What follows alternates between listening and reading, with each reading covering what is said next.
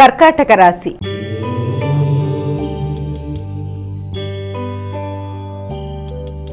అమ్మ, కర్కాటక రాశి వారికి ఎలా ఉంది రోజు? మీ యొక్క వ్యక్తిగత శ్రద్ధ పెరుగుతుంది, ఆకర్షణ పెరుగుతుంది, మంచిగా మాట్లాడతారు, కొత్త నిర్ణయాలు తీసుకుంటారు, ఆశించిన ఫలితాలు పొందుతారు. సంతానం యొక్క అభివృద్ధి మీకు ఆనందాన్ని ఇస్తుంది. సంతానం అభివృద్ధితో పాటుగా మీరు తీసుకునే నిర్ణయాల్లో అంటే గృహానికి సంబంధించి, వాహనానికి సంబంధించిన విషయాలు కావచ్చు, గృహ వాతావరణం కావచ్చు, మొదలైనవన్నీ కూడా చాలా వరకు మీకు అనుకూలంగా ప్రశాంతంగా ఉండే అవకాశాలు లాంటివి కనబడుతున్నాయి. అయినప్పటికీ మీరు వృత్తి చేసే ప్రదేశాల్లో కానీ, మీ సంతాన వర్గంలో కానీ స్త్రీలతో అభిప్రాయ భేదాలు రాకుండా తగిన జాగ్రత్తలతో ముందుకు వెళ్ళాలి.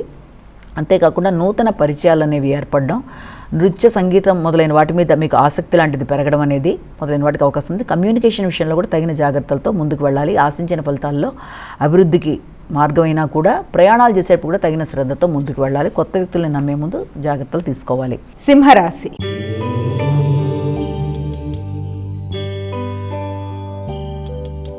అమ్మ, సింహరాశి వారికి ఎలా ఉంది ఈరోజు? సింహరాశి వాళ్ళకి వృత్తిపరమైన విషయాల మీద అధిక శాతం దృష్టిని కేటాయిస్తారు.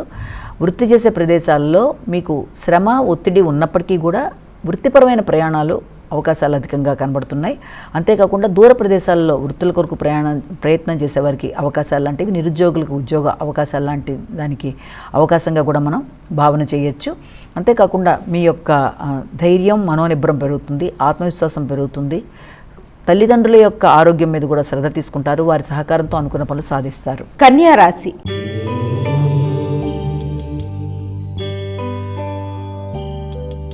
అమ్మ, కన్యా రాశి వారికి ఎలా ఉంది ఈరోజు? కన్యారాశి వాళ్ళ విషయాన్ని కనుక మనం తీసుకుంటే, కన్యారాశి వాళ్ళకి ఆర్థిక సంబంధమైన విషయాలు అనుకూలంగా ఉంటాయి. అలాగే ఆగిన పనులు ముందుకు వెళ్ళడానికి అవకాశం ఉంది. సామాజిక సేవ చేస్తారు, గుర్తింపు, గౌరవం లభిస్తుంది.